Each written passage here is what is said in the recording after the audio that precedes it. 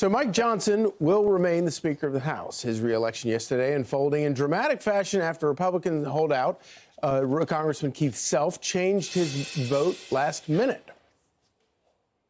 Mr. Self is recorded as Donalds. Mr. Self, Johnson.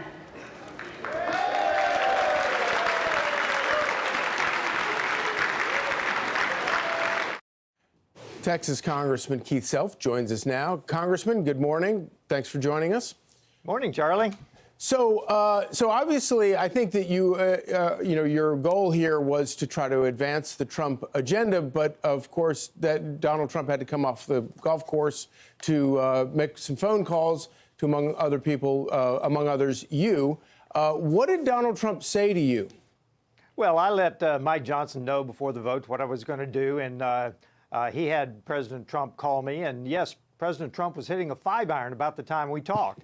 But what he said, we had a very good discussion about how to advance the Trump agenda. That's what this was all about, because he's going to face a lot of pushback in the Senate. Once you start talking about cutting the bureaucracy, controlling spending, he's going to have pushback. So this was how do we do that? And frankly, the Republicans have to do better in the House. The last 2 years have been a disaster. We've passed bills with Democrat votes, lots of Democrat votes.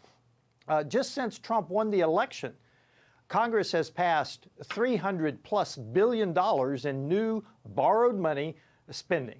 And so that's why this happened, because we need to make sure that the Republicans do better under Trump. Because, listen, the Senate spends money better than anyone else. There will be segments of the Republicans in Congress that will not want to, for instance, close the border. Other things, control spending. That's what this was about. We needed to get the attention of the American people that we are going to be behind the Trump agenda going through Congress. We have got to do a better job. That's what it was about. Now, President Trump and I, to answer your question, we had a very good discussion. He understood my concerns. He understands the concerns of the people. Frankly, the people who withheld their votes or voted no are the biggest Trump supporters, the people who stand behind him to close the border, to control spending. So that's what we had to do. We had to get the attention of people to say we must do better. So do you feel like that this whole ordeal was a success in your eyes? I think we are miles ahead of where we were yesterday morning. Listen, Mike Johnson is a man of character. He's a man of honor. He's made some assurances. I will leave that to him to articulate them, but he's made some assurances that we will do better. And I think that we must do better because the nation cannot wait.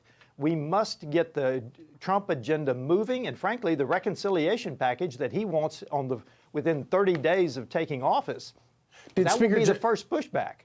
Did Speaker Johnson make any specific promises that you can share with us? I'm going to leave that to Speaker Johnson. He said he hasn't, but I believe there are assurances that that we will have a very strong negotiating team that goes up against the Senate for the reconciliation package negotiations, hopefully, again, within 30 days of Donald Trump taking office, because reconciliation is meant to control spending.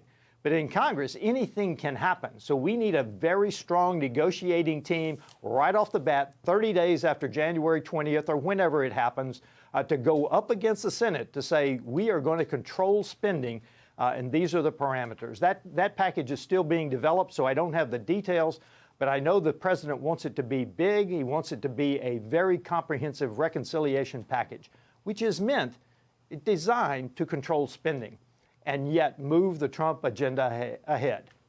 Well, we certainly hope so. Congressman Keith Self, thank you very much for joining us. Thank you. I'm Steve Ducey. I'm Brian Kilmeade. And I'm Ainsley Earhart. And click here to subscribe to the Fox News YouTube page to catch our hottest interviews and most compelling analysis.